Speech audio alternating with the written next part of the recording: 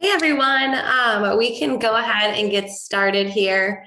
Hello, I'm Amanda. I'm so excited to be finally able to see a lot of the teachers I've worked with a bit this summer, as well as a bunch of new faces. I know you are all pros with Zoom as you teach on it all the time. And so I'll be sharing my screen via Zoom. You know the drill, just hit escape if it's too big, and then you can have access to your additional tabs that are hiding behind whatever it may be on my screen. All right, so this afternoon we are talking about creating a positive classroom. And so we're going to really think about climate and how climate affects the classroom, our students, our learning environment, all of those wonderful things. So as we have a few people still joining us, I want you guys to take just a minute to rename yourself in Zoom. Change yourself to your name and your content area. So maybe you are just Kathy Spanish or Teresa Elementary, just so I can start to put names with faces. And then later when I begin staffing things, I might be able to remember that Jen taught something as opposed to just a bunch of more generic things. You can see the example on the screen. So I would rename myself as Amanda Elementary or Erin High School Science. Then take a minute to grab paper and pencil or set up a digital space for notes if you are a note taker. If you are not a note taker, don't worry. I will share a link to our agenda with you as well. And I know Shelly will send out the slide deck, but I'll send that out for you as well. And once all of that is done, there are 3 riddles on this screen.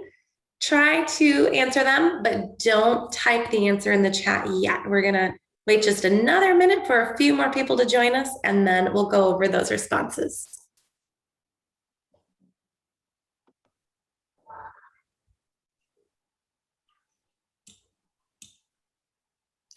All right, so Annette teaches French. Awesome. Amanda?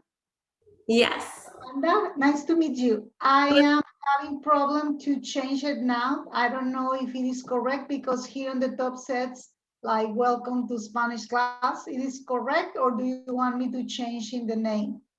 Oh, I was thinking change it to your name, but if you have, I see welcome to Spanish class. I'll remember, Regina, that you teach Spanish with your background. Thank you. No worries.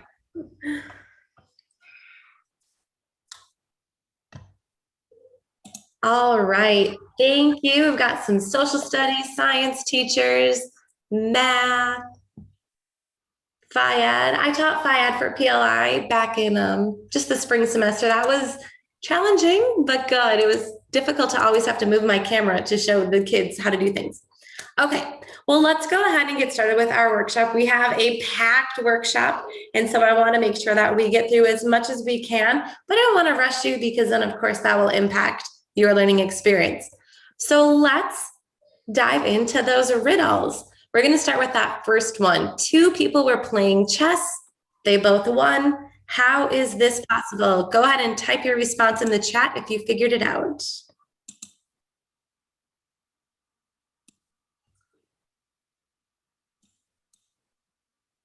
And we've got it. Yes, Jill got it. And Amanda guessed it. Playing different games. Yes. So nice and easy riddle. Let's look at that second one. You can hold me in your left hand, but not your right. What am I?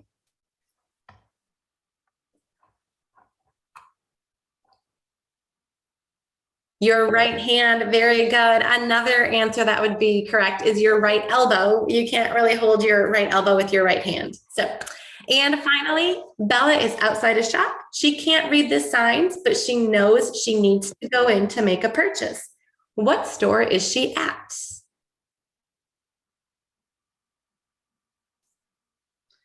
This one's a little tricky. We got it. Marsha, I think it's Marsha, Christine. Yes, she's at an eyeglass store to get some new glasses. Mari Carmen. What is it? Mari Carmen. Mari Carmen. Okay, thank you. Thank you. And please, yes, unmute yourself if I butcher your name. That would be awesome. I don't want to be disrespectful and call you by the wrong thing. Perfect. You guys got it. Awesome. Well, let's keep going. I'm going to tell you a little bit about myself. So I'm Amanda. I am a programs team specialist I've just been with Proximity since March. And so this whole new like staffing and enrolling teachers in courses is a bit of a learning experience for me, but I'm going to thank you in advance for your patience and support as I figure it out. So far, the teachers I've worked with this summer have been phenomenal. It's good to see Tracy. And then I know I've seen other names of teachers I recognize. So I'm married and I have 3 daughters and we have a French bulldog. This picture was taken at the 4th of July back in Spooner, Wisconsin. We have a family cabin there. And so we go there every summer. We currently live in Austin, Texas, but I am from St. Paul, Minnesota. And so the picture on the far right is when we sold our house that we thought was our forever dream home. And then we moved to Atlanta. Now we're in Texas. And then that picture in the middle, that is my last year of students who I loved dearly. Those are my 3rd graders. And I've been out of the classroom now. This is going on my 4th year. So I definitely miss it, but I'm really am enjoying my role here at Proximity, helping you all. And then anytime I get to help teachers, I just love it because you all are amazing people. Yes, Tana, you're from Woodbury. I know Tana and I actually went to the same high school. It's so funny when we find that stuff out. Okay. So what are we going to be covering today? We're going to spend a little bit of time just talking about classroom climate and coming up with the definition for that. Then we're going to look into 2 huge components of classroom climate, and that's relationship building and the learning environment you create. We'll wrap up our day today talking a little bit about the NVTA, National Virtual Teachers Association, and then just leave with some of those next steps. I told you that I was going to share an agenda with you. And so it's nothing fancy, but in case you want to know where we are going, I will put the agenda link right in the chat for you. You're welcome to bring that up or just keep it closed. You don't need to interact with it at all. We have a few norms for our workshop today. Be present and engaged. I know we are all crazy busy thinking about what the start of the new school year is going to look like, but please do your best to minimize some of those distractions and be present in our 2 hours together. Share your reality. I try to make this workshop as generic, but as intentional as possible, really to just be aware of all of the needs and how whatever course we teach, whatever grade level we teach, you can pull pieces from it that will impact your own classroom. But please, if there's anything you're like, I teach this, how can I make this work? I greatly appreciate you just letting me know that, asking me, and I'll try to do my best to share some tips. Keep your camera on if possible. It really helps with engagement. As you know, working with your students, when they all have their cameras off, you're like, are you there? If you have it off right now, that's okay. But when we go into breakout rooms, it's really helpful for you to have it on, especially when they're breakout rooms of 2 or 3. If you all show up and no one's got their camera on, sometimes we're left wondering if you're there. And finally, though I didn't type it as a norm, be ready to do things. This is not a sit and get workshop. So be ready. You are going to breakout rooms. You will be exploring digital tools. You will be trying strategies, all designed so that you can implement these into your own classroom and have that positive impact on climate. Okay, so we're going to dive into the chat right now. We're going to use a strategy called waterfall chat. Nothing super fancy, but the directions are on the screen. At the top is a prompt. What does classroom climate mean? Type your response in the chat, but don't press enter. When I tell you, then you're going to press enter and you can read as all of the responses flow in. So go ahead and respond to the prompt, but don't type enter.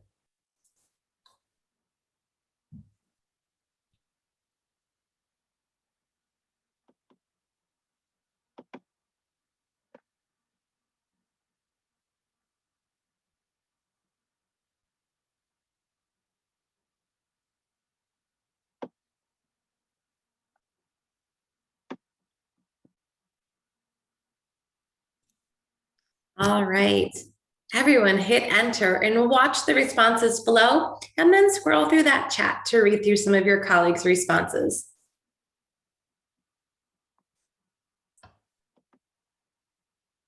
And with 70 of us here, there's going to be a lot of responses, but that's okay. The atmosphere of the class. Let's see, the general tone and feel of the classroom. Environment, mood, atmosphere, the overall feeling. Student-teacher relationships, it's a safe place. How everyone feels. Classroom climate is the feel of the environment created. We want to have a nurturing class environment based on mutual respect and care. You guys nailed it. Let's take just a second. There we go. So what does classroom climate mean? You guys nailed it. As we know, just like weather, when the weather is rainy and cold and gross, it affects our mood. Same thing, though we can't make our virtual classroom be rainy, cold, and gross. The different systems we put in place, the different ways we connect with students can really have an impact on the weather in our classroom, and that will affect our students and their learning. So it is the classroom climate is that overall feeling, including tone and attitude students have when they're in your classroom. As teachers, we can promote positive relationships with our students and structure the learning environment in a way that will have a positive impact on the climate of our classroom. So we talked about two things already, relationships and structure. Let's take a little bit of time to think about this idea of relationships. When I was creating this workshop, I was looking for the perfect way to really highlight the fact that we need to have positive relationships. And I came across this video, and then I watched a whole bunch of her other videos. This is Rita Pearson. She's just a normal teacher, which I loved. This is a great video. So it's about 7 minutes long. We are going to watch this. While we're watching, be thinking about this question right here. How can you create a climate? No, don't start yet. How can you create a climate that makes every student know that you're their champion? When the video is over, we're going to come back together, and I'm going to send you off into breakout rooms to do a quick turn and talk to respond to that question. Let me make this full screen and change my sharing settings. All right.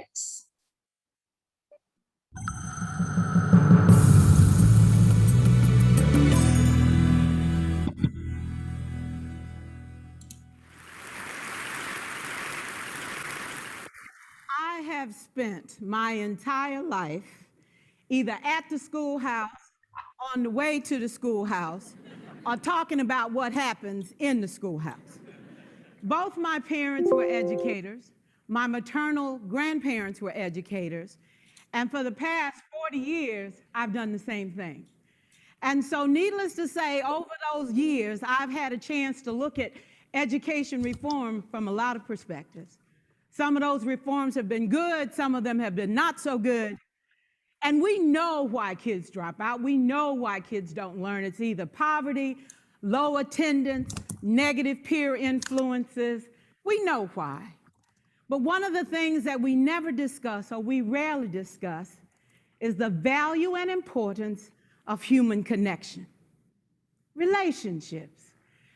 James Comer says that no significant learning can occur without a significant relationship. George Washington Carver says all learning is understanding relationships. Everyone in this room has been affected by a teacher or an adult. For years, I have watched people teach. I have looked at the best, and I've looked at some of the worst. A colleague said to me one time, they don't pay me to like the kids. They pay me to teach a lesson. The kids should learn it. I should teach it. They should learn it. Case closed. Well, I said to her, you know, kids don't learn from people they don't like.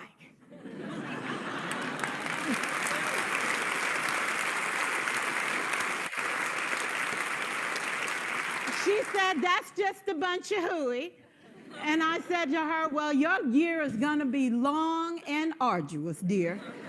Needless to say, it was. Some people think that you can either have it in you to build a relationship or you don't. I think Stephen Covey had the right idea. He said you ought to just throw in a few simple things, like seeking first to understand as opposed to being understood.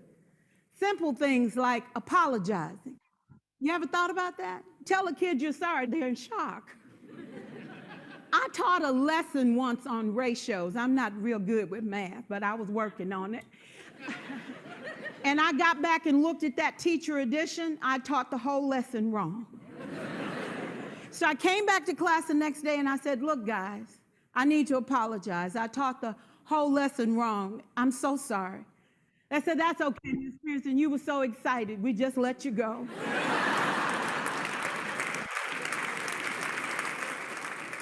I have had classes that were so low, so academically deficient that I cried. I wondered, how am I going to take this group in 9 months from where they are to where they need to be? And it was difficult. It was awfully hard. How do I raise the self-esteem of a child and his academic achievement at the same time? One year I came up with a bright idea. I told all my students, you were chosen to be in my class because I am the best teacher and you are the best students. They put us all together so we could show everybody else how to do it. One of the students said, really? I said, really? We have to show the other classes how to do it. So when we walk down the hall, people will notice us. So you can't make noise. You just have to strut. And I gave him a saying to say, I am somebody. I was somebody when I came. I'll be a better somebody when I leave. I am powerful and I am strong. I deserve the education that I get here. I have things to do, people to impress, and places to go. And they said, yeah. You say it long enough, it starts to be a part of you. And so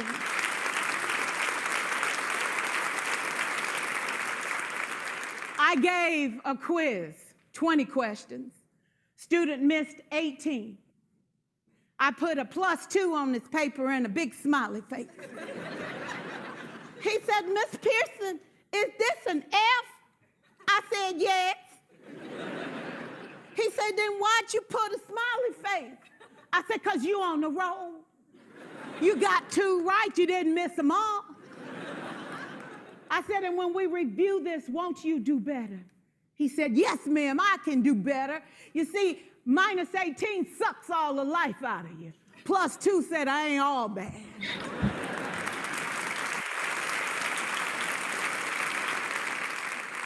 For years, I watched my mother take the time at recess to review, go on home visits in the afternoon, buy combs and brushes and peanut butter and crackers to put in her desk drawer for kids that needed to eat, and a washcloth and some soap for the kids who didn't smell so good. See, it's hard to teach kids who stink. And kids can be cruel. And so she kept those things in her desk, and years later, after she retired, I watched some of those same kids come through and say to her, you know, Miss Walker, you made a difference in my life. You made it work for me. You made me feel like I was somebody when I knew at the bottom I wasn't. And I want you to just see what I've become. And when my mama died 2 years ago at 92, there were so many former students at her funeral. It brought tears to my eyes, not because she was gone, but because she left a legacy of relationships that could never disappear. Can we stand to have more relationships? Absolutely. Will you like all your children? Of course not. And you know your toughest kids are never absent. Never. You won't like them all, and the tough ones show up for a reason. It's the connection, it's the relationships. And while you won't like them all, the key is they can never, ever know it. So teachers become great actors and great actresses, and we come to work when we don't feel like it, and we listen to policy that doesn't make sense, and we teach anyway. We teach anyway because that's what we do. Teaching and learning should bring joy. How powerful would our world be if we had kids who were not afraid to take risks, who were not afraid to think, and who had a champion? Every child deserves a champion, an adult who will never give up on them, who understands the power of connection and insists that they become the best that they can possibly be. Is this job tough? You betcha. Oh God, you betcha. But it is not impossible. We can do this. We're educators. We're born to make a difference. Thank you so much.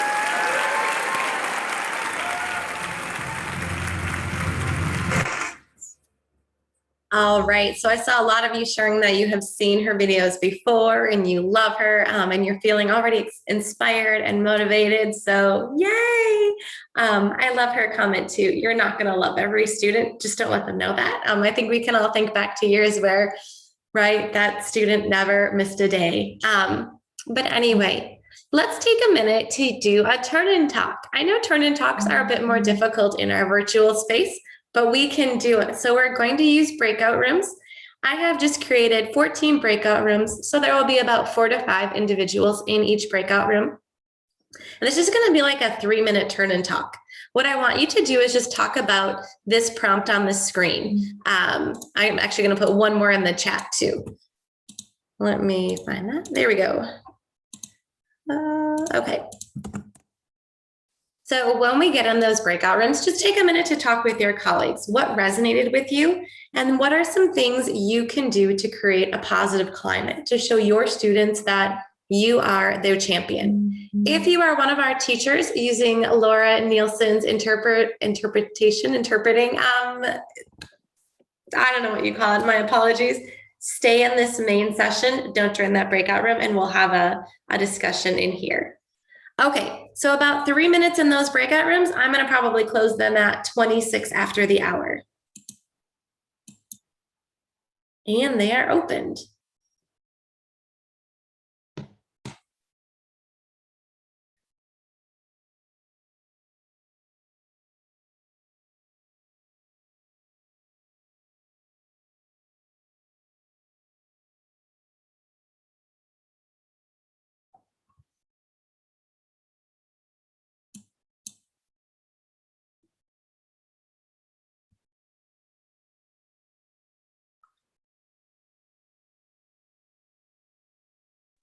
You kicked me out, but I'm back. Oh, did it force you to go? It did. Let me change that setting. It put me into 14. Okay. Well, let me broadcast the question they're supposed to be discussing. Because they might not know how to like leave their breakout room.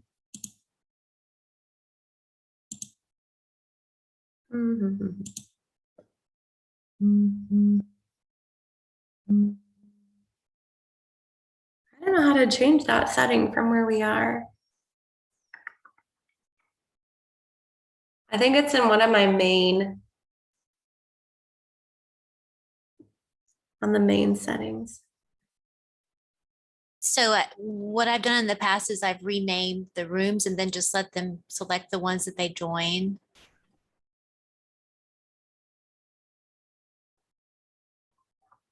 Okay. I'm just going through now to make sure everyone using Laura's services are put back into the main room for you. Okay. I had it like that for my elementary classes when my students wouldn't click join. I needed to automatically send them.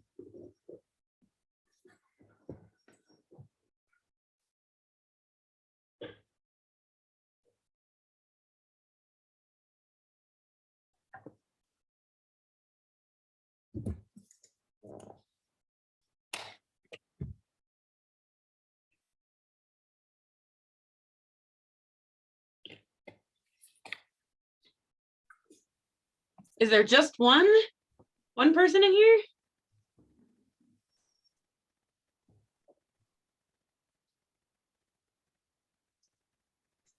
So I just broadcasted a message that anyone who was using Laura's services should come back to the main room.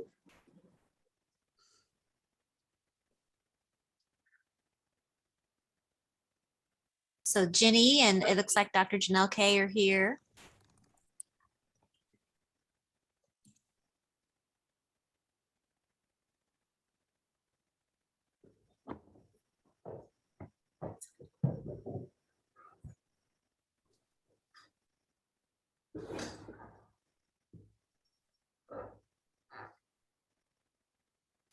So Jenny, if you're there, we may need you to turn on your video so the interpreter can speak for you.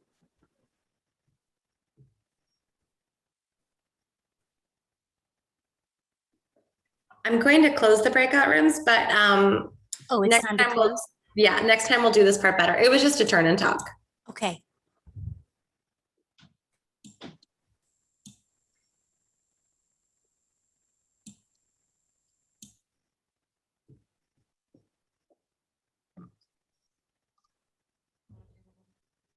All right, everyone is coming back. It takes a while to close 14 breakout rooms.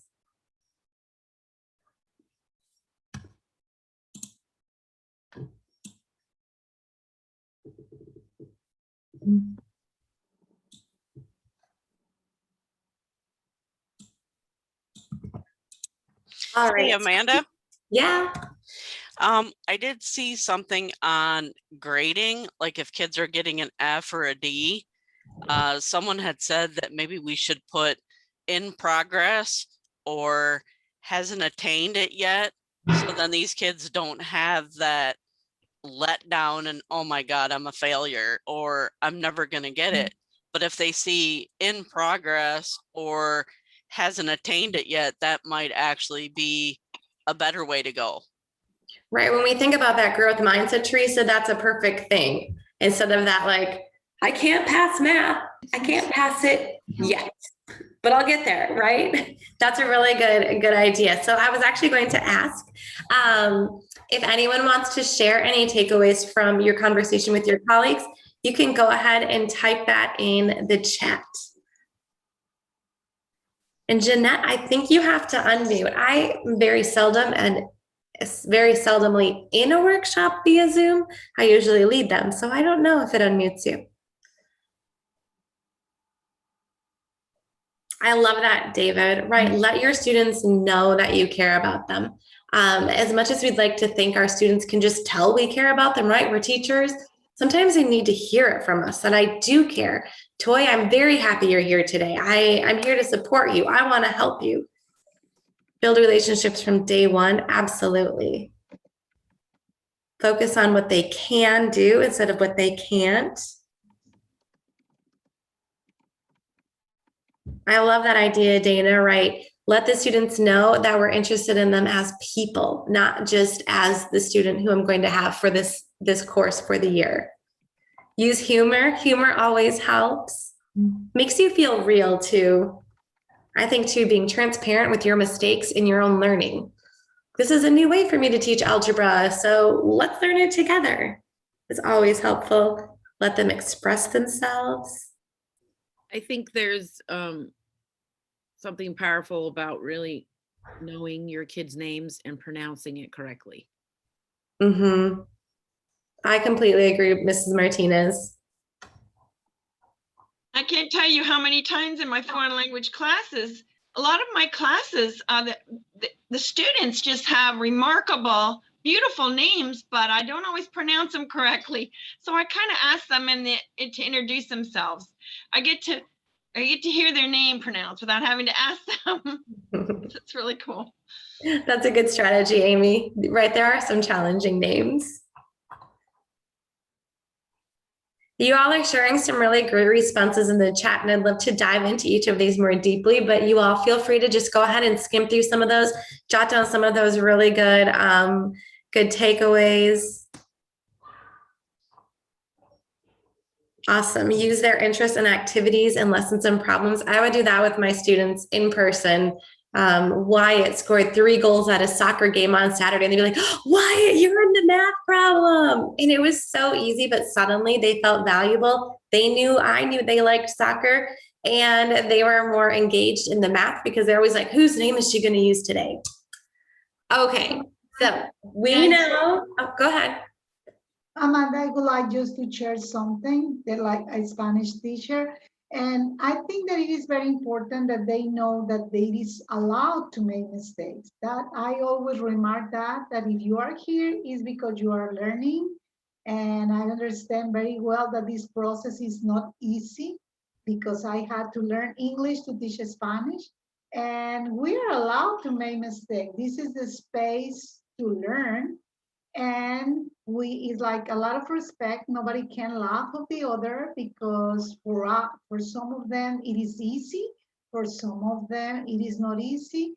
But if we put together the skills of each one of us, we can be a big team, a huge team. And I think that in my classes, this make feel, oh, I can make mistakes. Yes, then the times that you need it is the process of learning. Mhm. Yeah, and that sum that up, making mistakes is proof that you're trying, right? So absolutely. Okay, so relationships. We want every student in our class to know that we are their champion. You've shared several strategies, several ways, things you've done that we can do that, or we can help enable our students to feel that. Let's talk a little bit about structure. So I'm gonna be very transparent, and what I wanted to do was have you all use this tool called Insert Learning, which is one of my very, very favorite free web tools. It's just a Google Chrome extension, and what it enables you to do is go to any website and add questions. It's really, really cool. But learning curve, when I sent this to one of my colleagues just to proof my slides, she's like, I can't do the insert learning activity. I don't know what's wrong.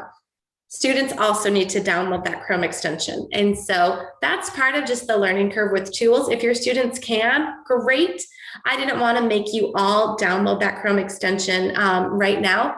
And so I tweaked this activity to be on Google Docs instead. But I just want to quickly show you what this looks like on Insert Learning. So this is just a website, and I downloaded the Chrome extension, which shows up right here. And then I was able to just go in and write questions. Super, super simple. And then from the teacher dashboard page, I can see all the student responses. So feel free to dive into this tool later if it sounds like it would be interesting for you to look at. But for our session this afternoon, we are going to use this slide, which is basically the same thing, except instead of Insert Learning, we are using Google Docs. So you do have to have a Google account. I'm thinking most of us do. And we're going to use Add Comments, which if you've never done Add Comments on a Google Doc, again, it's like one of my most favorite things to do. So what you have to do is click this link, and I'll put the link right in the chat for you. You know what? I wanted it to have you. Where are my comments? There they are. Okay, I'll put the link in the chat for you. And I know with so many of us, it might feel a little bit overwhelming with this document, but that's okay. So to make this, all I did was went to the webpage, copied all the text, and pasted it onto a Google Doc. Then you'll see all these highlights. That's how I added these comments. So your job right now is to read through this document and respond to my questions. Your colleagues will also be responding, so it's likely going to get pretty long. That's okay. To respond, all you do is click these three dots. Actually, click on the comment, and then you can respond right there.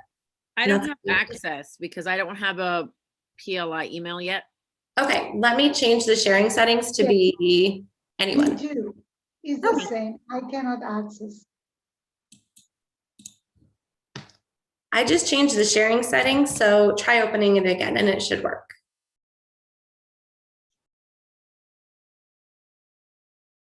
Perfect. All right, I put a timer up and it was supposed to be 7 minutes, so I am going to start it over. I also have a timer on my screen. I'm going to stop sharing my screen and give you all about 7 minutes just to go through the document and respond to the different prompts. Read your colleagues' prompts. Feel free to respond to those as well. And we're thinking with this one, how can we structure our learning environment to create a more positive climate? One other thing, during our work times, you are welcome to turn your camera off. Sometimes it might feel funny if you're looking at a screen reading, so feel free to turn your camera off.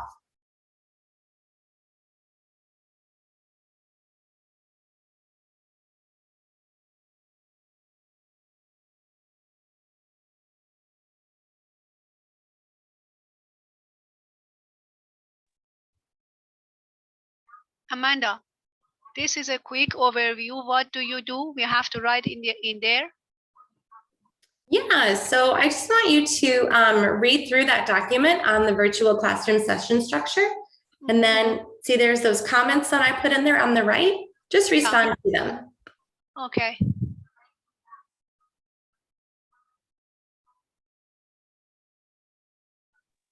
Amanda, this is Janet. I lost the screen. I don't see what you want us to read anymore. Okay. I stopped sharing my screen with you. One second. I'm just typing the directions in the chat and then I'll reshare that document with you. Okay.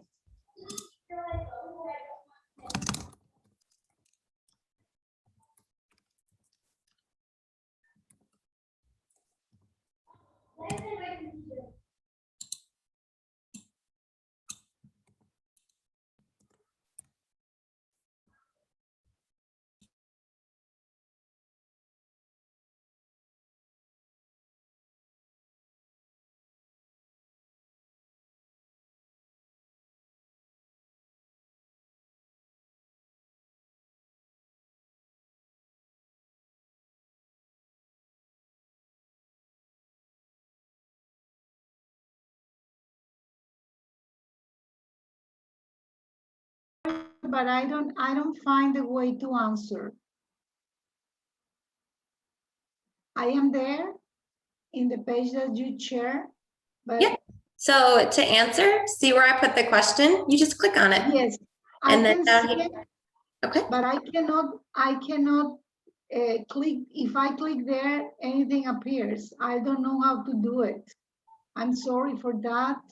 It's okay. If it's hard for you to respond to the prompts, and I know there's a lot of them popping up, just go ahead and read through that document. Okay, thank you. Mhm. Regina, ¿te puedo ayudar? Si es posible. Claro, sí, Ok. claro. Ya, yo tampoco lo había hecho antes, entonces yo cuando trataba de responder justo después de la pregunta, no se puede. Tienes que ir hasta abajo, hasta la última persona que respondió. Abajo de esa persona está el espacio para tú contestar.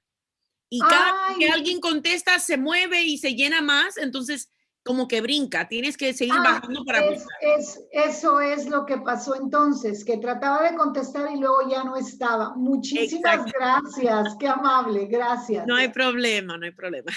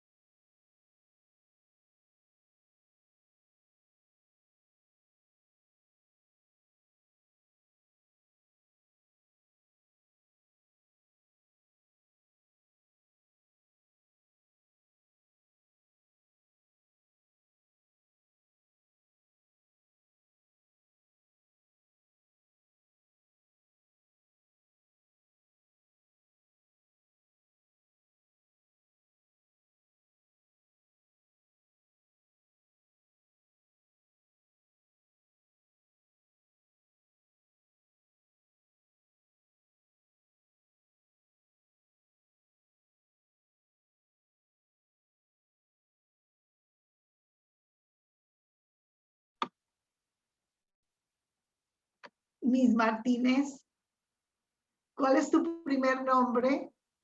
Michelle. Michelle, pues sigo atorada. Igual. ¿Por qué? Se te sigue brincando.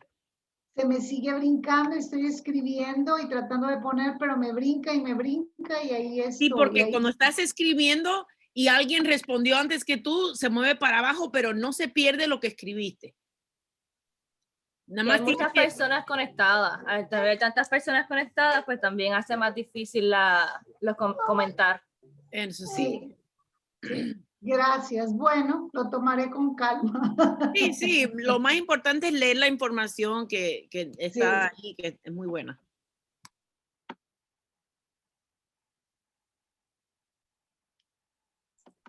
I just want to clarify for those of us using the interpreter services today, we have a teacher speaking Spanish to help another teacher who speaks in Spanish to help assist them with understanding. So I just wanted our teachers who are using the interpreter services today to know why that wasn't being interpreted. I'm so sorry. I didn't even think of that. I apologize. Oh, no, ma'am, not at all. Not at all. I was trying to think of how to write that in the live script, and I thought I would just hop on and let Laura interpret it for us. No worries at all.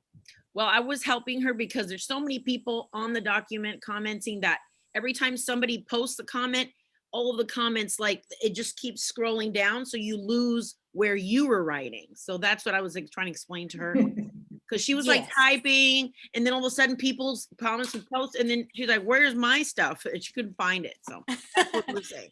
Yes, absolutely. And as Amanda mentioned, this does work really well in a classroom with fewer attendees for sure.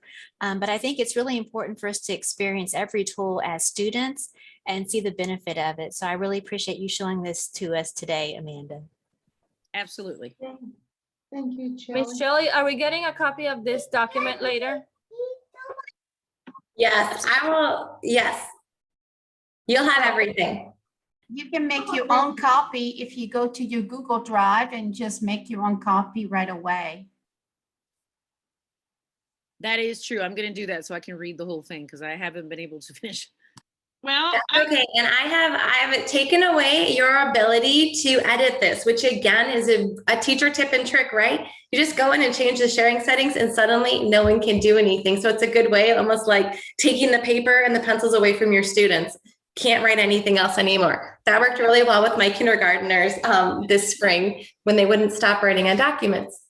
Anyway, Amanda, yes. I'm sorry to interrupt you, but it just, some popped up and said I had to reload. So when I reloaded, I couldn't get back to where I was unless you stopped everything. I stopped everything. You can't Okay. do it anymore. Okay. I took away your ability. Okay, so a couple of things, and I do realize, so I'll be transparent. I've never done this with 70 people, and I realize it's not the best thing. I should have made multiple copies to distribute to groups. Learning experience, that's okay. Okay, so a couple of the different pieces in here. Some of my questions got lost, and that's okay. But I loved Annette's idea here. Even before technology, students loved when I put smileys and other quick emojis on their paper. They still do. So be thinking in this virtual environment, how can I put a smiley face on their work instead of just having a score appear in Canvas? Let's see. I find offering multiple ways for feedback. Yes, verbal, chat, reactions helps increase that participation. Feedback is so valuable. We're going to talk about that later today, some different ways to offer feedback. But yes, our students need our feedback and we need their feedback. What's working in my class? What's not working? How can I help you understand things better? So we also need to be seeking their feedback, which can be a little bit tricky. Amanda, yes. What I've done through Canvas is I've left them videos of myself talking to them. Instead of typing, I actually send them videos. And also, with regards to the happy faces, I downloaded from Google happy faces, and then I would attach them to their Canvas work. So if there was something there, I would just put a little happy face within their document, and sometimes. That's awesome. I love that idea, Carol. You might have people reaching out to you, asking you for help on how do I get those smiley faces? Yes, and hearing your voice too. I was just typing in the chat. There is a tool, you can get it on your phone. It's also on the computer called Voxer, and it turns your phone into a walkie-talkie. It's so easy to pick up your phone and send Amy a Vox and say, hey, Amy, great job on this activity. I'm so proud of you. Keep up the good work. And just, again, hearing that excitement in your voice comes across so much more impactfully than 100% on a Canvas score. Totally. All right. I also wanted to say that there is an emoji encyclopedia that's for free online, and you can copy and paste any emoji that you have on your phone, onto anything on the internet. Awesome. I hope emojis are never stop being cool. And even when they do, that's okay. I'm still going to use them, right? Okay. So I would love to dive more deeply into this document, but I do want to ensure that we really talk a bit more about those different components of positive relationship building with our students, and then get into the structure piece. So these were our two overview activities on the two big components really that can impact our classroom climate. So the keys to climate, relationships. We've got these 4 big ideas: connect with students, student contributions, meaningful feedback, and positive peer relationships. So some of the things you've already brought up. And we've also got structured learning environment. And within this, class mission statement, daily learning plans, rules and norms, and digital tools. So we're gonna dive right away. Oh, before we dive into that, let's just pause and reflect. We're going to do a quick debrief. So some of the things that we've already done, think about it with a student hat first. We started with an icebreaker, right? We had riddles. How did that feel to engage with that as a student? I shared our agenda and our norms. We engaged in that waterfall chat. We did a turn and talk. And then we didn't do the insert learning activity. We did the Google add comment activity, but maybe put some words in the chat. How did those activities feel as a student? Those were intentionally designed to help create this positive environment. So just share some takeaways as a student, and then reflect as a teacher. How can I use these things in my classroom with my students? Maybe I can't. Maybe I'm gonna say, no way, Google add comment, too much for me. And that's okay.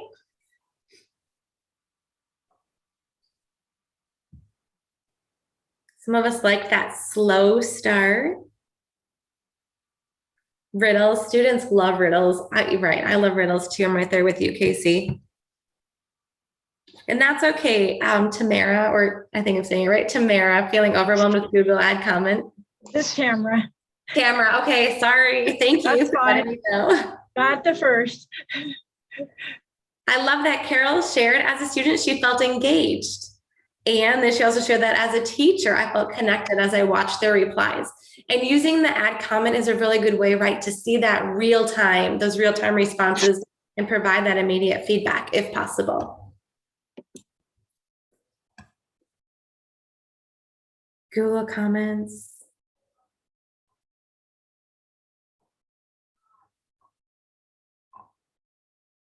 All right, awesome. So just to, again, be reflecting whenever we use anything, how does this feel as a student to use it? And then as a teacher to use it, and how could you use it in your space? Turn and talk. Yeah, and that's so easy to do. Again, it might look a little bit different with all of our students back in the same classroom next year, but you definitely can still do it. The far side, right? We're bringing back cool, Melissa. Far side was cool when I was younger. All right, so let's dive into the different components within relationships. I do have a tech tool for us to use, and this is one of my favorites. This is called Padlet. I know someone had shared earlier that they've used Padlet before. Padlet's free. You can make a few of them for free, and then I just delete them and make new ones, right? Because you just can't store a bunch of them. And so in Rita Pearson's TED Talk that we viewed earlier, she said, kids don't learn from people they don't like. So how do we get our students to like us?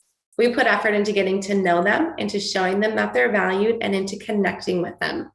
So we're going to use Padlet to learn a bit more about some strategies that we can use to connect with our students. The directions are on here, but I will model it and show you exactly how to do it. There are 3 activities when we get to the Padlet to work through, and then we'll just come back here. I have about 10 minutes allotted for this activity, and so if you don't finish, totally fine. So the link for our Padlet is right here. I will put it in the chat for you. And when you get there, it looks like it's loading slowly. There we go. It looks like this. So you can see at the top left, we have 3 questions that you have to answer. Number 1, you have to reflect. What are some ways you've tried to connect with your students from a distance? I see some of you are familiar with Padlet. You're already typing in your responses. To do that, all you have to do is hit the plus sign, and then you can begin typing. Number 2, explore new ideas to help you connect with students. So below are several links that offer suggestions on ways to connect with students. Pick one to read, and when you return from exploring, respond to the prompts in step 3. So you can pick any one of these. A lot of these links are designed for like the pandemic and teaching during that. So just keep that in mind. Thankfully, this year is normal. We're not teaching with the pandemic, but there's still some really great tools. And then number 3, what new ideas did you learn about? What do you hope to implement in your class? If you're feeling overwhelmed right away by column 1 growing so long, just skip it for now and jump right into step 2. Pick an article to read and then be thinking again about that share piece. I'm going to stop sharing my screen and Amanda, excuse me, can you go to the previous slide about Mrs. Rita? This one? Yes, hold on a second. Let me take a picture of that. Now you can move to the next one. Thank you. Yep. Thank you. All right, so I'm going to stop sharing my screen and we're going to come back at 2 after the hour.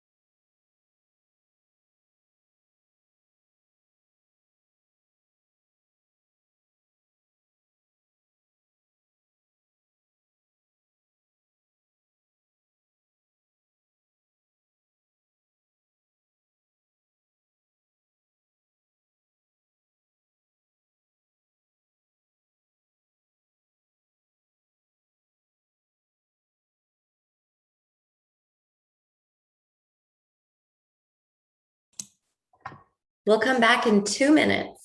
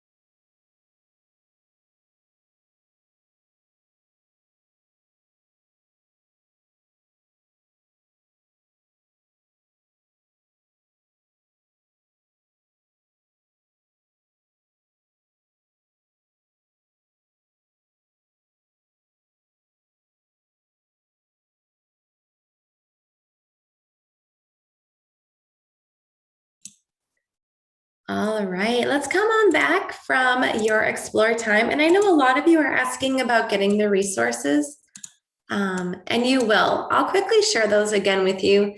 I know it's kind of an elephant in the room kind of piece. So here is the agenda. I'll put the link in the chat for you.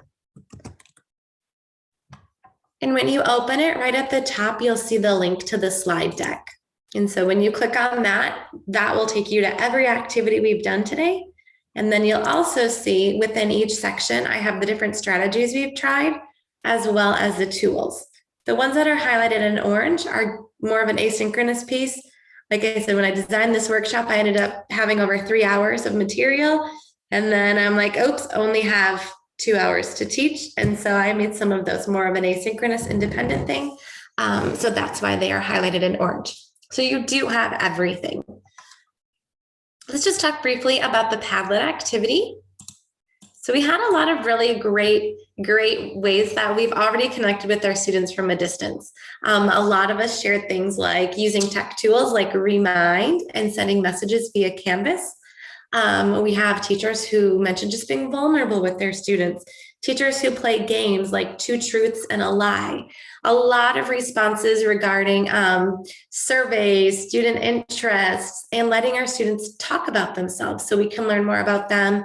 And when our students were working, so many of them working from home, just taking an awareness of where their learning environment was for that day and spending time thinking about it and talking about it.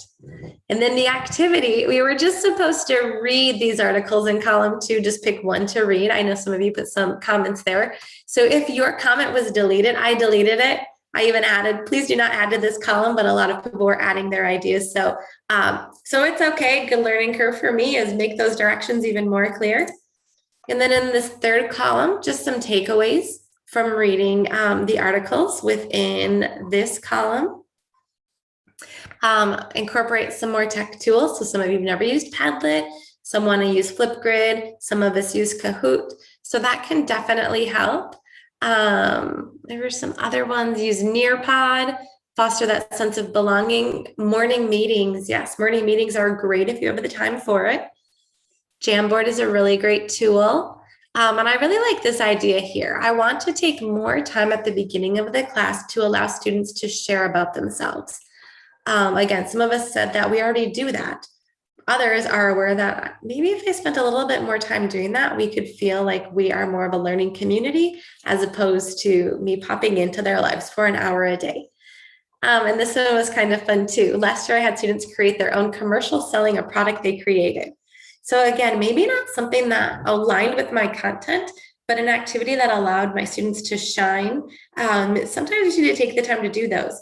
Again, thinking about what we did in brick and mortar, if you ever taught in a real building, we didn't always have a academic purpose for our activities, but we did it anyway because of the value we knew it brought to our classroom climate. So continue to do those things in this virtual space. All right.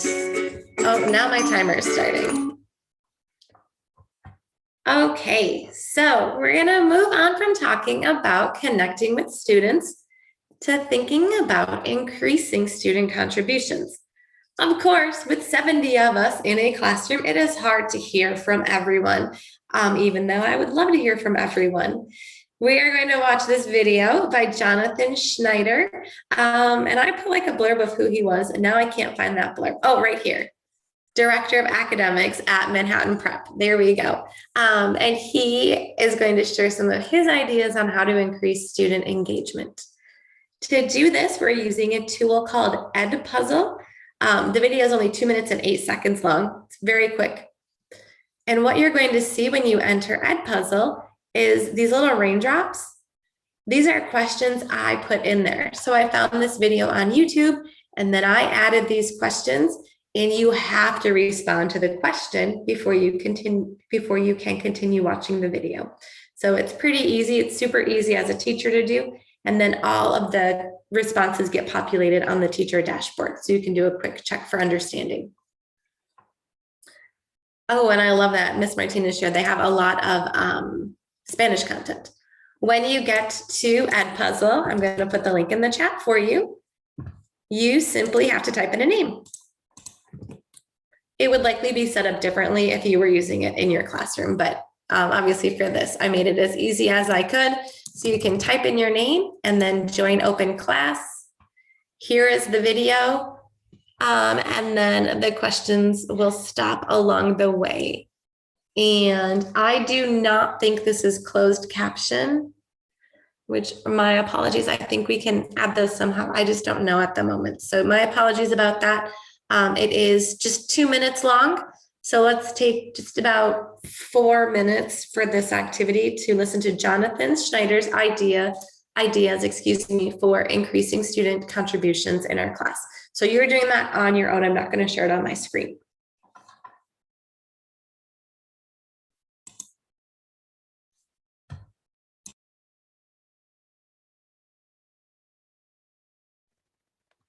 Amanda, I apologize for not sharing. When I read through the PowerPoint, I was not allowed access to this video. So I was not aware that it didn't have captions. Is there possibly an option on YouTube for the same video to be watched that maybe you could just send the link?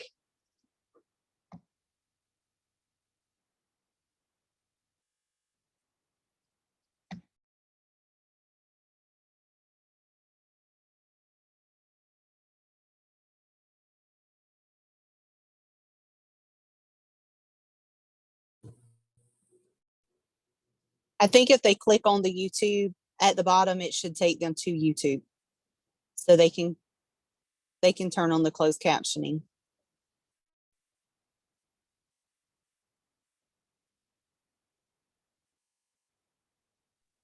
Thank you. You're welcome.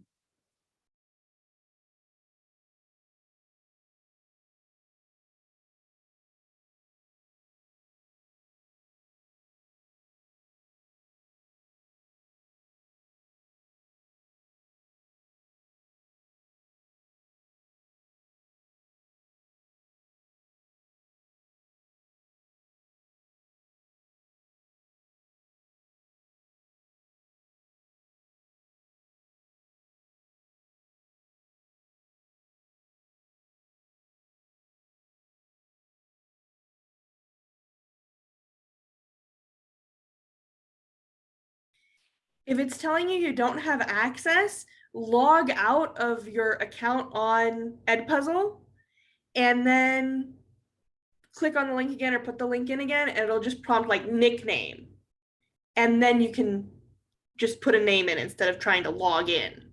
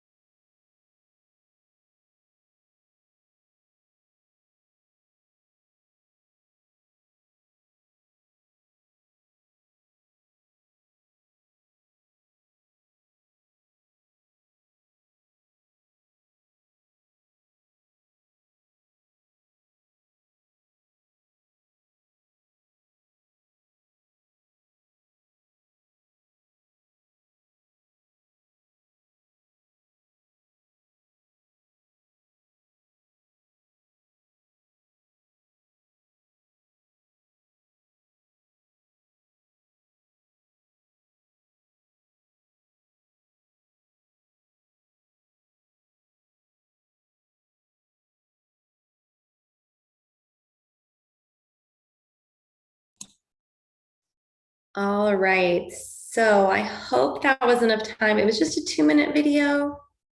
I know you had a couple of questions to answer.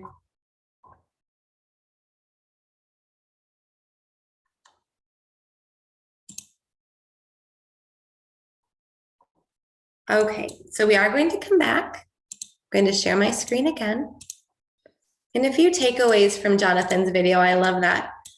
Who was it? Someone said, this guy totally gets me. If you have 20 seconds left, it's okay. Go ahead, you can finish the 20 seconds. Carol, this guy understands me. Okay, so a few pieces from Jonathan's video regarding student contributions. He brought up several ideas.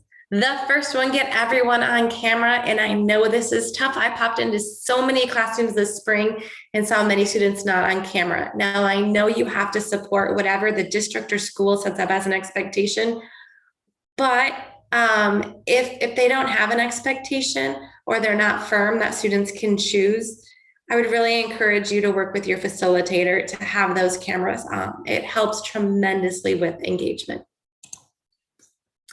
The next one, try an icebreaker. We have those riddles. I love this one. What did everyone binge watch over the weekend? As students hear classmates responding, they may be able to better relate with them, which of course will impact that learning environment. Monitor nonverbal communication. I know it is so difficult, especially with a full class of 20+ students, but do your best to be aware of those facial expressions that are conveying they have no clue what you're saying, or those facial expressions showing that maybe they had a rough weekend and this is too much for them right now. I know we can all empathize with our students. Things like surveys, polls, Zoom, Mentimeter, thumbs up, thumbs down, just can help make it feel a little bit more like a real class. And finally, track that student engagement. Pay attention to how often you call on each student.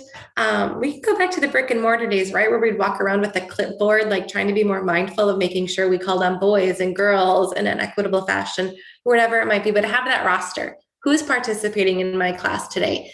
Tomorrow, who do I have to call out a bit more? When I taught in the classroom, I would just use students' names. Like in the middle of teaching, I'd say, hey, Shelly, we're going to keep working right now, Janet. Carol, what do you think about, and just throw those names. And somehow kids are like, what, my name? Even if you're not asking them a question, but it catches them off guard, right? And make sure to set that expectation that each student will contribute throughout the lesson and hold them accountable for it. Now we were going to question. Yes. About that same thing. I tried using 2 screens when I was teaching virtually. You know, I was in a brick and mortar and because of the pandemic, not because I've done this before. And having the kids over there, and then I don't know which way you're supposed to do it, but my issue was that I never feel like I'm looking them in the eye. There's no eye contact, because for you to feel like I'm looking you, that I have to look at this camera. But you know what I mean? No, I totally see what you're saying. So I'm using 2 screens right now, and I have my content and my Zoom window on the same screen. And on my other screen, I have my chat, I have my breakout rooms, I have my slide notes, because I don't want to be looking down at the content screen and not seeing you all. So I just keep those pieces on the same screen. So you can separate the chat to a different screen and then the Zoom is here? Yep. Oh, okay. I do have another screen set up, but I wanted to know how to use it, you know. Mm-hmm. All right, perfect. So we are not going to go into breakout rooms, but we were going to use a quick strategy called Glow and Grow, which is as straightforward as it sounds. You share things, glows, things that you're doing well, and grows, things that you hope to work on. We're not going to do that, but again, strategies, giving our students things to talk about instead of sending them to a breakout room and saying, okay, talk. So glows and grows. All right, this unfortunately is an asynchronous activity because my 3 hours of content, we're not going to fit into 120 minutes. So talking about feedback, we're going to use notice and wonder. Just another strategy for students. What do you notice about this graphic? What do you wonder? Opening the activity with something low stakes where they all can contribute. There's nothing right, there's nothing wrong. Just getting our students to start to engage with the content. And I know we're not doing this right now, and it's a really phenomenal feedback idea. So I would definitely encourage you to look into this later. The idea is we go away from feedback to feed forward. And I have to skip through all of my fun animations that I worked so hard to create, but when you look at it later, you'll see all of those. Okay, and then this next one, which is also, well, we're going to talk about this one first, and then the rest is an asynchronous piece. So feedback, asynchronous piece, building positive peer relationships. There's a quote in the bottom by John Hattie, which yes, this is what I think about when I think about so many students. And so we need them to connect with their peers. And so to support that, some things we can do, we can understand social emotional learning, which SEL, huge buzzword nowadays in education. SEL is the way we understand ourselves and others, manage emotions effectively, build healthy relationships, and work to achieve goals. When we address social emotional learning, we help students to become more self-aware, own their behaviors and actions, and make more responsible decisions. So again, that's not included in my content when I'm teaching AP Biology, but it's something I need to be aware of and teach my students. Amanda? Yes? This is Han King, and I do have a question. Sure. About the quote by John Hattie here. Have you ever thought about the students, especially high school students with the ASD, autism, spectrum disorder? I did have a lot of that when I did my substitute teaching in a brick and mortar environment. So that's something that I don't see that in our professional development. But that's something that someone can talk about it, or you have any experience teaching or connecting or interacting with students, especially high school students actually, with autism, ASD, then that would be something good for us to know a little bit more. In fact, I've just finished my dissertation on instructional leadership, and I dealt somewhat, part of my lit review is about how to build positive peer relationships with high school students with autism, spectrum disorder. Right, and how to kind of bring them back to kind of normal classroom relationship with others, and help them to be more interactive and help them to be more successful, as well as emotionally and mentally, all of that. Somewhat peer-to-peer now, peer-mediated intervention.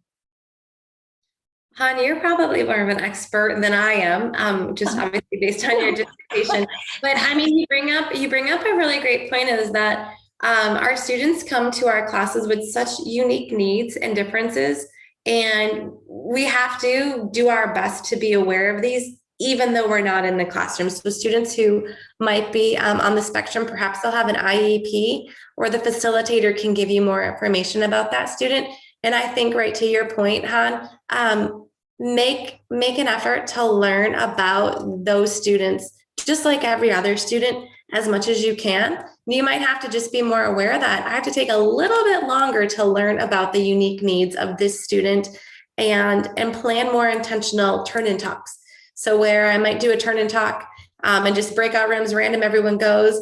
For my student with ASD, perhaps I have to talk to the facilitator and figure out what's a good student to put my ASD student with, so that when they're in that turn and talk, my students with special needs can feel like they're connecting and and they're engaging in the activity. So yes, we can't ignore them, of course. And I think just starts from being aware of what those needs are and being intentional about groupings and pair work and, anything we do, even sharing, some students want to know the icebreaker before it's the icebreaker day, right? Because when they're given that, like, what did you binge watch over the weekend? They can't just spit out an answer. So giving the facilitator a list of all of the icebreakers for the week so that he or she can work with those students. Say, here are the icebreakers for the week. Let's work on your answers. So when it's time to share, you have something. Yes, thank you, Amanda. So in addition to just understanding social emotional learning, the other idea to support positive peer relationships is really just to incorporate collaborative learning experiences. And these are those experiences that require students to work together to engage with academic content and increase their leadership skills. We can create opportunities for students to learn together. They're owners of their own learning, and they gain valuable insight into the perspectives of their classmates. Which again, when we think about our own experiences, whether that's as students or as adults, working with peers, working with colleagues, we learn so much more than simply reading an article on our own and answering some questions. So these next two slides are asynchronous slides, but I do want to just tell you what you'll see on them. Here are several strategies to support social emotional learning. And so the strategies are listed here, and then it's just a brief summary of what it is. That's all I wrote. If you want to learn more, these are all links to a site that gives you a whole bunch more ideas. So just where I got it, and then even more ideas. And so that was FISTA 5. So I could read a little bit more about it here. I do love FISTA 5. I'm sure you've all seen it before. But they're all links and they take you to different sites with even more ideas.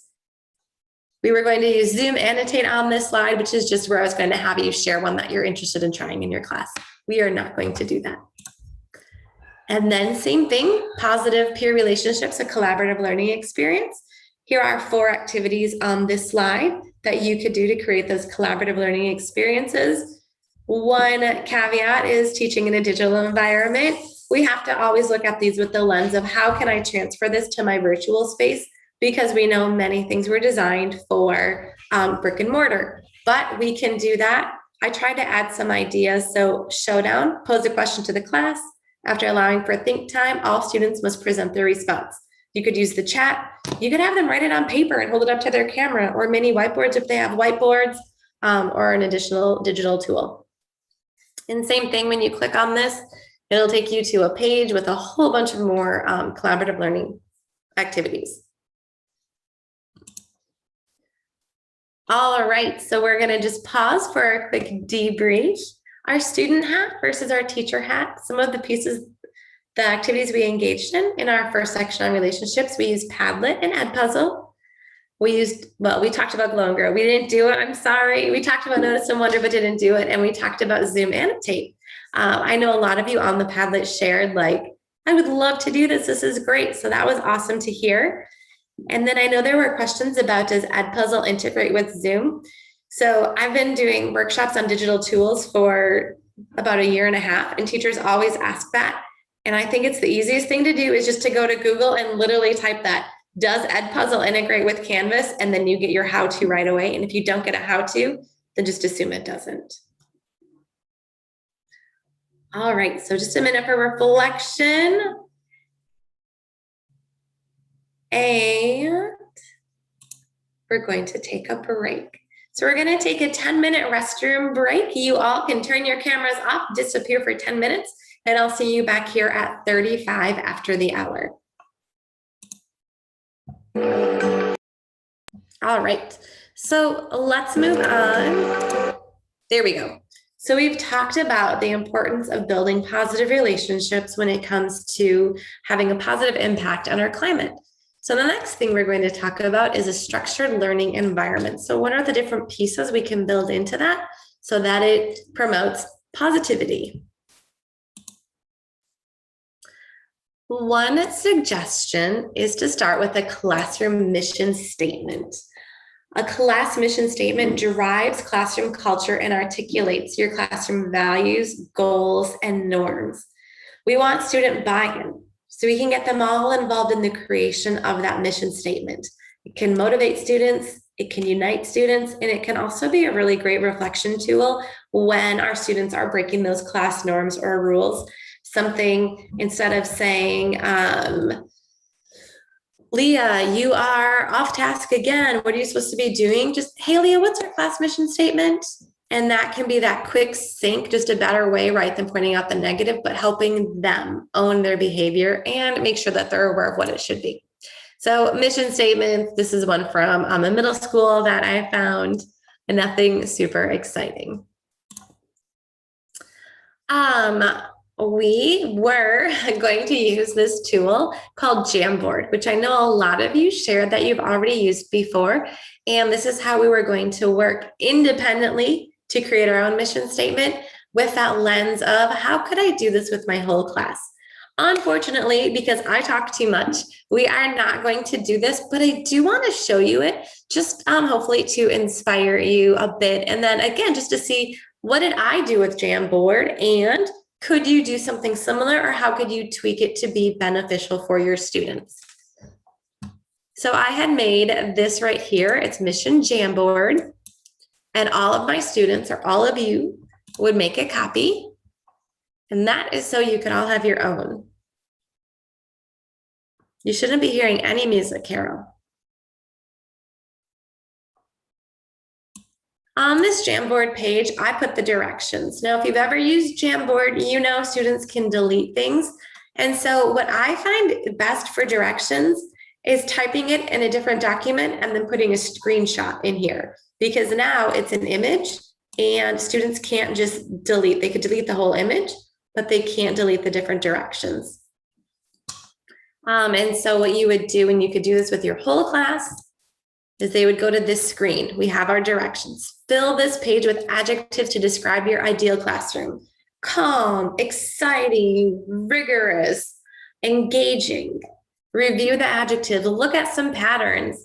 Can you group your adjectives? What are 3 or 4 that jump out at you? So again, this is very easy to make a whole group activity. Then you'd go to the next slide, where the students would write goals that they hope to work towards. They would select 1 or 2 goals for the mission statement. And the next slide, how will I achieve my goals? So everyone would respond. What are some different things we can do to achieve our goals? We can show up on time. We can show up ready. We can show up with a positive attitude. We can respond when our teacher asks us to put our answer in the chat. Different things like that. And then give students time to explore some other mission statements. Sometimes we need that inspiration. What should a mission statement look and sound like?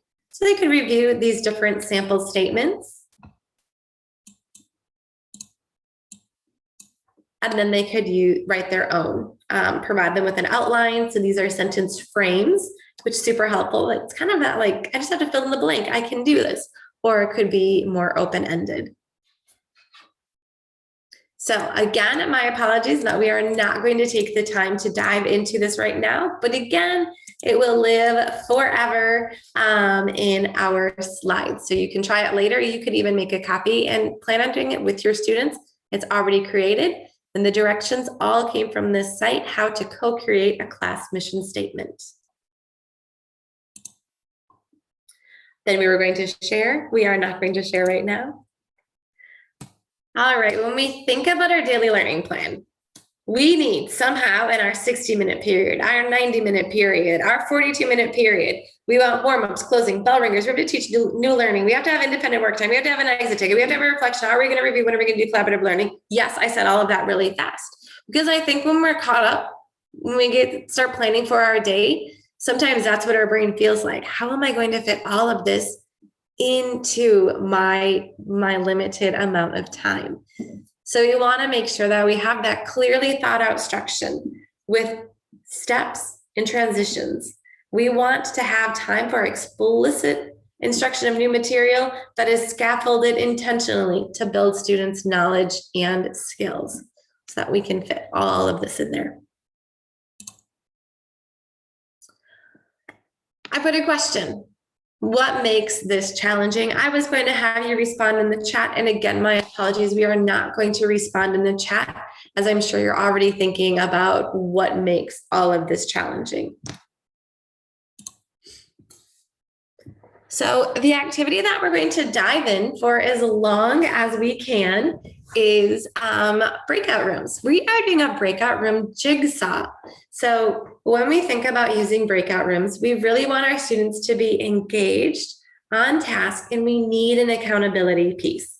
And so our directions in our breakout rooms, I even put times. We're not going to stick to those times. It really will just be until we come back together, is to take some time to discuss some of the challenges you've experienced structuring your lessons, as well as some success. Then we have an independent work time where there is a jigsaw activity. Each person in the breakout room would select one of these resources to go read. My thinking was 8 minutes. And then you'd come back for sharing. Each person would spend about, or you go around for 4 minutes, and people would be sharing takeaways from the article. Then I had that accountability piece. You would head over to a Jamboard to share key ideas from your group discussion with the directions that you find the frame that match your breakout room number. So if you are breakout room number 1, you would find, there we go, you would find frame number 1. If you're breakout room number 2, you go to frame number 2. And this is where each group would share their takeaways. So I've got that accountability right in there. And I wanted you all to be creative. So your group would be sharing some different takeaways. And so here is a sample. Now, again, I know we do not have enough time for everyone to, just making sure everyone can view it, to fully dive into this, but I want to share the link with you right now in the chat. So if I were doing this in a classroom with students, I would literally give them this link. It would be this structured so that when they're in those breakout rooms, I know they are using their time. They know they're using their time. They have pieces that they have to be working on and accountable for.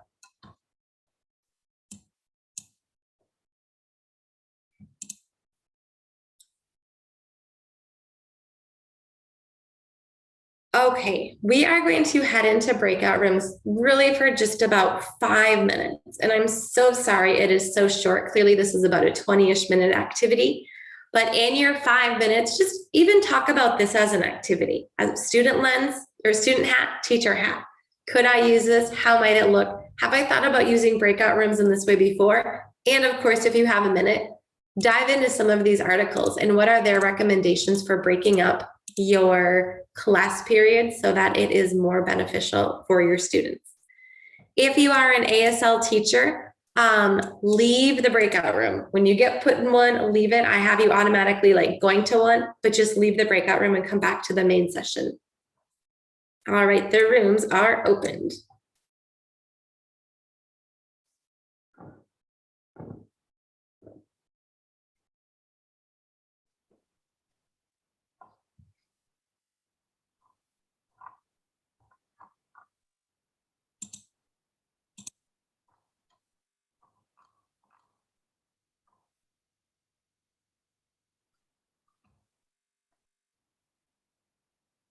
And I should have recreated the rooms. I see we have a lot of individuals who've joined later in our session, so I'm just going to send you to rooms.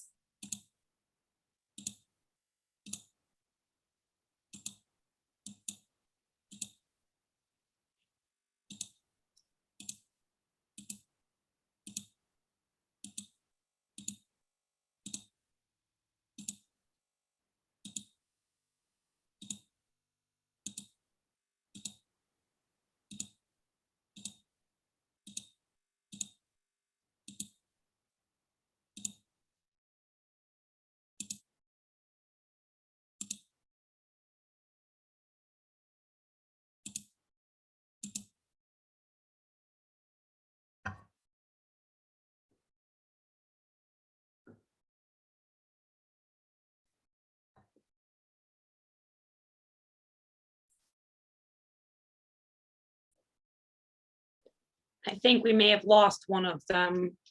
Jill, is that her name? Oh yeah, Jill Collins should be in here. I can look for her.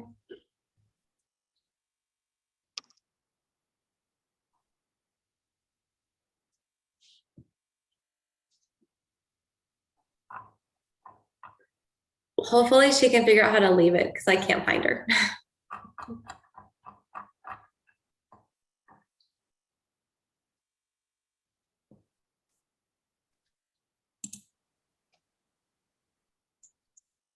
Hey there, Amanda. Who are we looking for? Her name was, is it Jill Collins. Jenny? Jenny. Oh, Jenny. Miss Phone?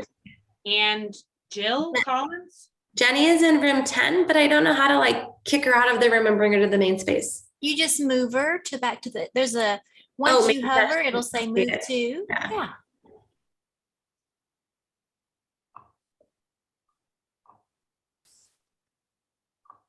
Okay, I just moved Jenny and Miss Collins as well.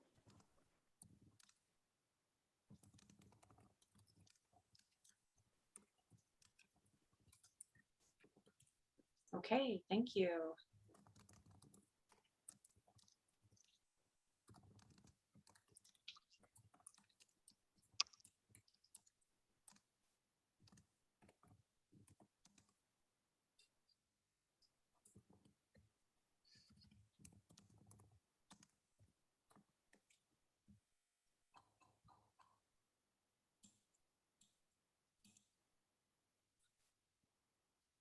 Do you mind to move Benia out? Okay.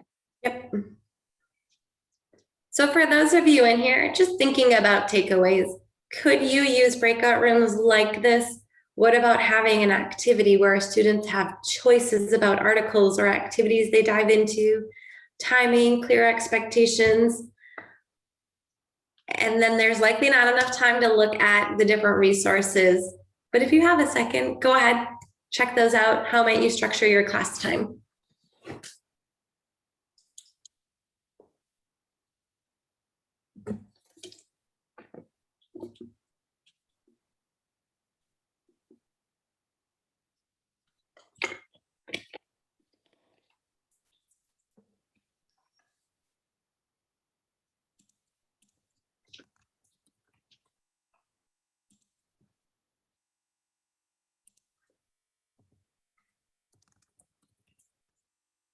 Rebecca's saying, I'm not used to a 10-minute break for a 9-minute block, so I'm not sure what I would do for that.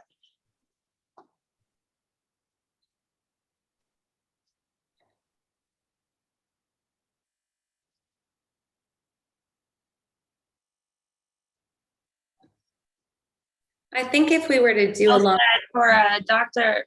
Janelle K said, there's different options for 90 or 120 minute. Then Miss Rebecca says, well, I know we have a, bell ringer that we'll do. And then we'll do like a demonstration kind of activity work. I mean,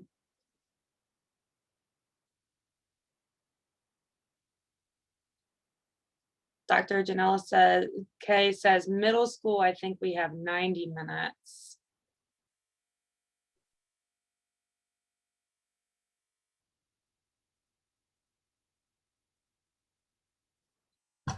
I take a break at lunch for that particular school last year.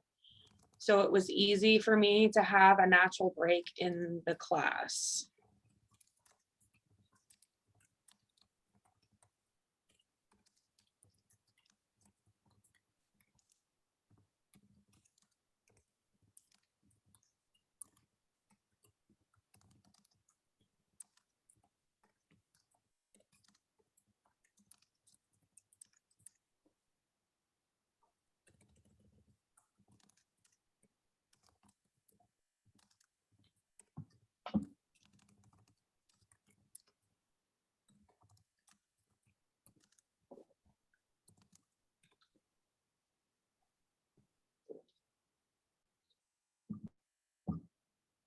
Okay, I'm closing the rooms.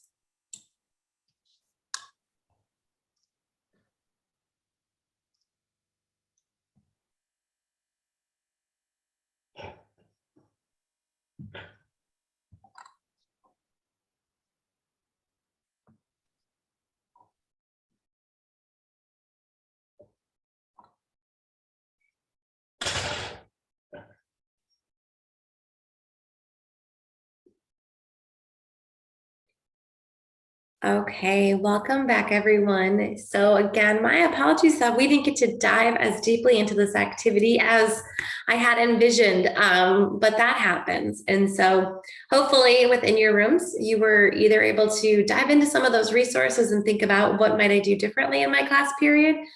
How might I structure it if I've never taught virtually? Or even just look at this activity from the lens of a teacher or a student. How might this be more engaging, more collaborative for my students?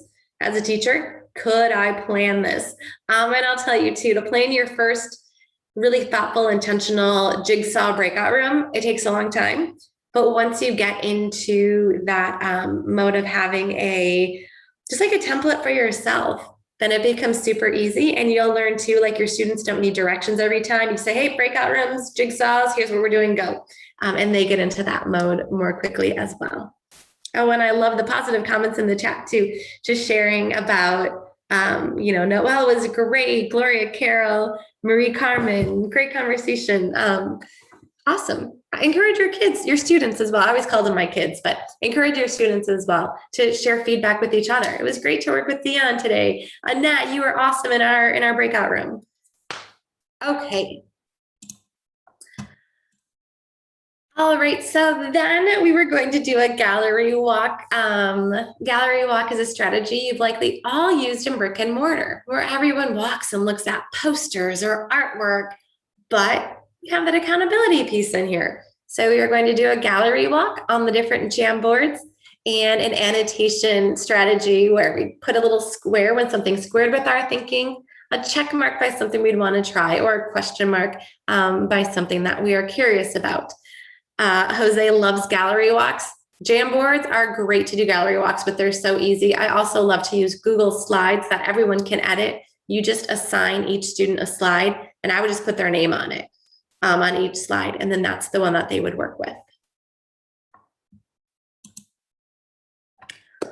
All right, we have just a few minutes left, and so I'm going to talk through these last few slides. Unfortunately, we're not going to get to engage in all of the tools, but classroom rules and norms, we know we have to have those. It's the foundation for a functional and successful classroom setting.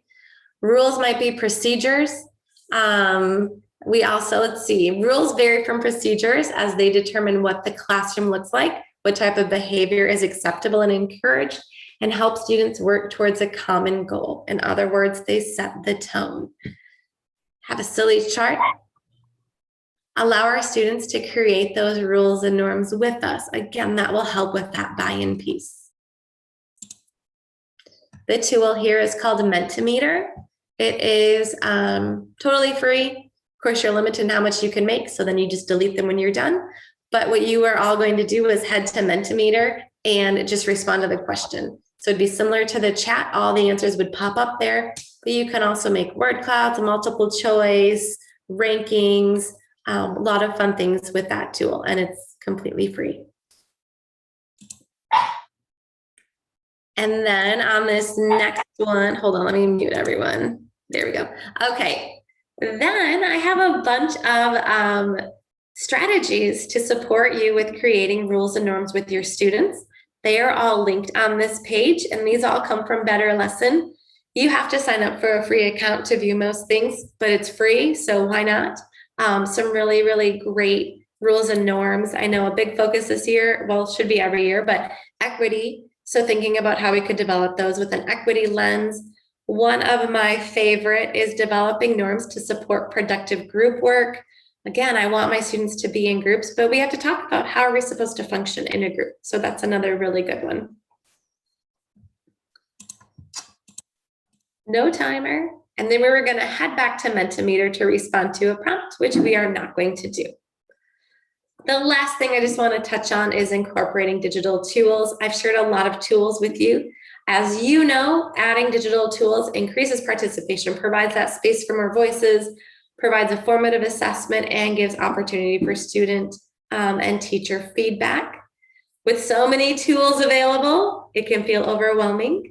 And so we're going to take a minute to brainstorm some tools that we've used successfully, but also on this next slide, again, something you'll have to look at on your own, but some different steps to consider when you are implementing a new tool. My biggest takeaway with this, have a pilot group. So instead of saying, all right, boys and girls, everyone, today we're using Flipgrid, let's go, this is how we do it. Just have a pilot group, maybe have a breakout room one day where you have 2 or 3 students, you give them that Flipgrid, you give them the directions, and you work with them. Like, here are the directions, tell me what's working, what's not working, so that we can work on those things like, oh, I need to download this, or I need a login, or whatever those kinks may be, before you spend all of this time planning for this tool and then realize that it's not going to work. I did that with my students in the classroom. Was we would all sit down at the table and we used Seesaw. So they all sat there and tried out my directions, which was helpful. Another one too is just to create a video of you using the tool. Well, I can Google, how do I use Padlet?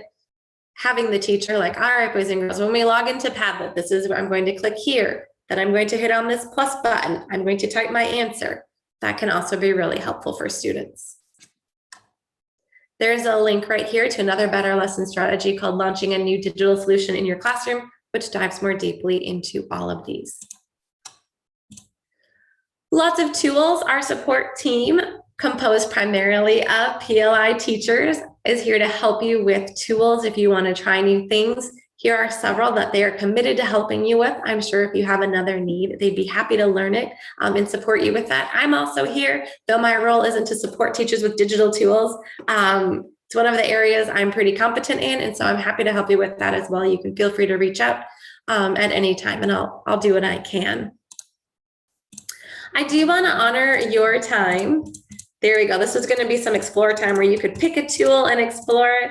I do want to honor your time, and I know that we are pretty much at the end of our period, but just a reminder that many of the strategies and tools that you explored and were exposed to during this training support your growth with proximity.